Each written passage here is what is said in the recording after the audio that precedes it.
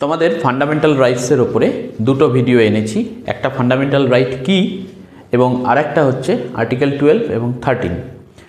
তোমরা যদি আগের দুটো ভিডিও দেখে থাকো তাহলে ফান্ডামেন্টাল রাইটসের পরবর্তী যে অংশ আর্টিকেল 14 এটা বুঝতেও সুবিধা হবে।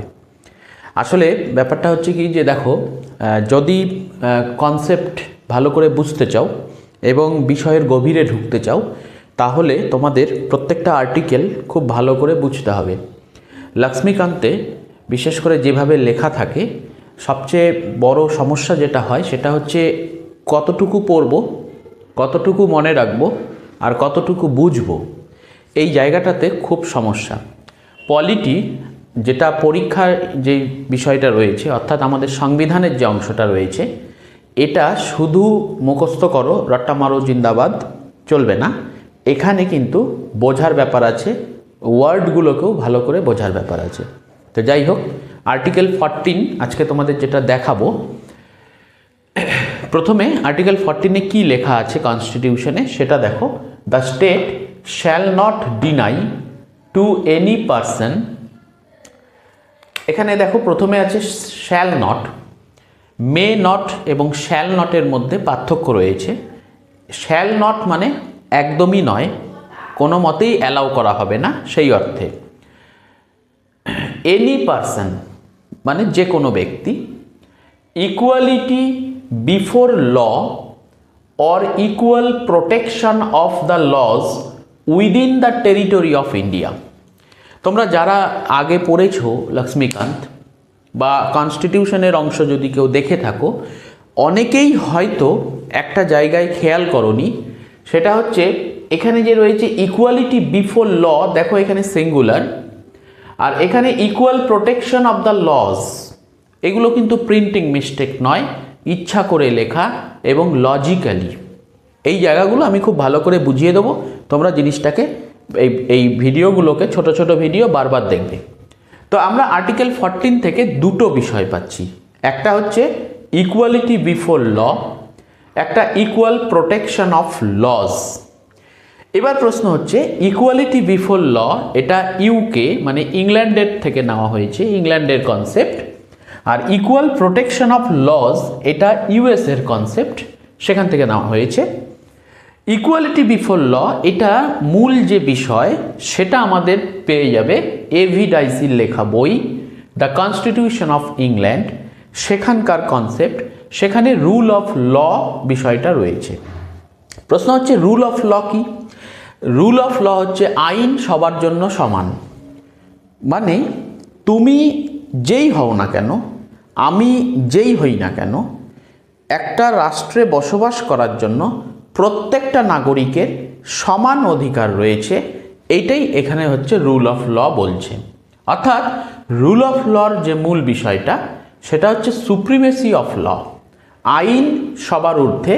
তোমরা যদি ভালো করে আমার ফান্ডামেন্টাল রাইটসের প্রথম ভিডিও দেখো ম্যাগনা কার্টা লিবার্টিজম, সেখানেই তোমরা কিন্তু বিষয়টা বুঝতে পারবে যে কিং ইজ দ্য ল নয়, ল ইজ দ্য কিং। অর্থাৎ সুপ্রিমেসি অফ ল, আইন সবার ওপরে এবং সবার জন্য একই আইন, এই কনসেপ্টের ওপর বেস করে আমাদের এসছে হচ্ছে ইকুয়ালিটি বিফোর ল, আমাদের সংবিধানে এসছে এবং এটা আমাদের আর্টিকেল 14-এর মধ্যে এসছে। এই কনসেপ্টটা ব্রিটেন বা ইংল্যান্ড থেকে নেওয়া, মনে রাখার জন্য ইকুয়ালিটি বিফোরে বি আছে, ব্রিটেন বি, এইভাবে মনে রাখতে পারো। এখানে যেটা বলা হয়েছে সেটা হচ্ছে আনইকুয়াল ট্রিটমেন্ট করা যাবে না, মানে আনইকুয়াল ট্রিটমেন্ট করা যাবে না, তার মানে এখানে না কথাটা আছে, অর্থাৎ এটা কিন্তু আমাদের নেগেটিভ। মানে আমাদের এই আর্টিকেল 14-এর মধ্যে একটা নেগেটিভ অ্যাপ্রোচ, একটা পজিটিভ অ্যাপ্রোচ। এখানে বলেছে আনইকুয়াল ট্রিটমেন্ট করা যাবে না, মানে এটা নেগেটিভ। আর ইকুয়াল প্রোটেকশন অফ লজ, এখানে রয়েছে ইকুয়াল ট্রিটমেন্ট চাই, অর্থাৎ পজিটিভ অ্যাপ্রোচ। তো সেই জন্য কোনো জায়গায় লেখা থাকে যে এটা নেগেটিভ, এটা পজিটিভ। কেন নেগেটিভ তার কারণ এবং কেন পজিটিভ তার কারণটা এখানে ব্যাখ্যা করলাম। আর একটা জিনিস বলি, এই যে এখানে রয়েছে, এই যে বলেছিলাম যে equal protection of the laws, এখানে লজ প্লুরাল কেন? কারণ এখানে কাস্ট জেন্ডার স্ট্যাটাস ডিফারেন্সেস থাকতে পারে, সেই অনুযায়ী আলাদা আইন হবে। এবং এখানে ক্লাসিফিকেশন করা হচ্ছে বেটার ল তৈরি করার জন্য। তার আগে আমাদেরকে একটু বুঝতে হবে যে ইকুয়াল প্রোটেকশন অফ লজ মানে কি। দেখো, তোমরা খুব সহজভাবে বুঝবে যে প্রাইমারি স্কুল সেখানেও শিক্ষক থাকে, হাই স্কুলেও শিক্ষক থাকে, কলেজেও শিক্ষক থাকে। আমরা যদি বলি যে সবাই শিক্ষক, তাহলে সবার বেতন সমান হওয়া উচিত। কিন্তু তোমরা দেখবে যে প্রাইমারি, হাই, কলেজ বেতন কিন্তু আলাদা স্ট্রাকচার। একই রকমভাবে হাই স্কুলের মধ্যেও কিন্তু বিভিন্ন স্ট্রাকচারের বেতন আছে।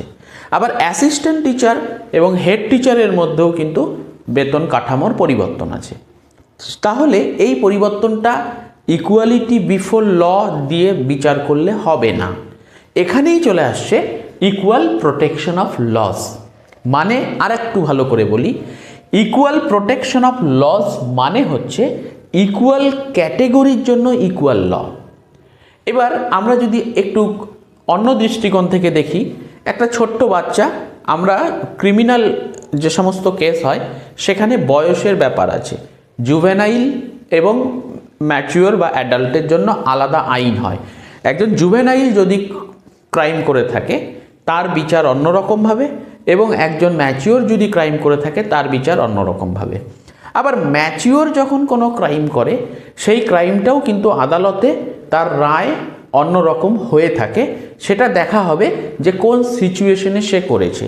সে যদি অত্যন্ত ঠান্ডা মাথায় ভেবেচিন্তে মানে ক্রাইমটা করে থাকে, তার জন্য একরকম প্রভিশন, এবং সে যদি মানে সিচুয়েশনের মধ্যে পড়ে না চাইতেও কোনো ক্রাইম করে ফেলে, তার জন্য একটা আলাদা বিচার হয়। তো এই যে ইকুয়াল প্রোটেকশন অফ লস কনসেপ্টটা তোমরা এইভাবে এটাকে ভাবতে পারো। অর্থাৎ সবার জন্য একই ট্রিটমেন্ট করা যাবে না, সেই জন্য এখানে লস কথাটা রয়েছে। বেটারমেন্টের জন্য কাস্ট বেসে, জেন্ডার বেসে কিংবা স্ট্যাটাস অনুযায়ী আমরা কিন্তু ক্লাসিফিকেশন করতে পারি বেটার লস তৈরি করতে। তো এই হলো আমাদের আর্টিকেল 14-এর এই কনসেপ্ট। এবার এখানে একটা কথা তোমাদেরকে বলবো, এই যে ক্লাসিফিকেশন ফর বেটার লস যে বিষয়টা রয়েছে, এর ওপরে বেস করে এই যে ক্লাসিফিকেশনটা যে হবে, সেটা কিভাবে ক্লাসিফিকেশন হবে এই নিয়েও সুপ্রিম কোর্টে বিভিন্ন মামলা রয়েছে। তো সেখানে রিজনেবল ক্লাসিফিকেশনের প্রশ্ন আসে, এবং এই ক্ষেত্রে সুপ্রিম কোর্টের যেটা মানে বিশেষ মামলা, উল্লেখযোগ্য মামলা E P Royappa versus state of Tamil Nadu, সেখানে যেটা চলে আসে সেটা হচ্ছে রুল অফ লয়ের সাথে প্রিন্সিপাল অফ ন্যাচারাল জাস্টিস, এই বিষয়টিকে দেখার গুরুত্ব দেওয়ার কথা বলা হয়। তো এইভাবেই কিন্তু আমরা ক্লাসিফিকেশনটা করব বা সুপ্রিম কোর্ট করে থাকে। তো আমাদের এত গভীরে যাওয়ার দরকার নেই। আমরা প্লেন আর্টিকেল 14 আমরা খুব সুন্দর মুখস্থ করে নিতে পারি, আবার দুদিন পরে ভুলে যেতে পারি। আমাদের এর ভেতরে যদি ঢুকে কোশ্চেন করে, কনসেপচুয়াল কোশ্চেন, আমাদের কনফিউজড হতেও বেশি সময় লাগে না। আশা করি এরপরে তোমাদের কনফিউশন আসবে না। তোমরা যদি লক্ষ্মীকান্ত পড়ে থাকো, এই বিষয়টাকে মাথায় রেখে লক্ষ্মীকান্ত পড়ো, খুব ইজি মনে হবে। এবং এর কিন্তু এক্সেপশন রয়েছে। লক্ষ্মীকান্তের একটা লম্বা লিস্ট আছে। রাট্টা মারো, জিন্দাবাদ। ভালো থাকবে, টাটা।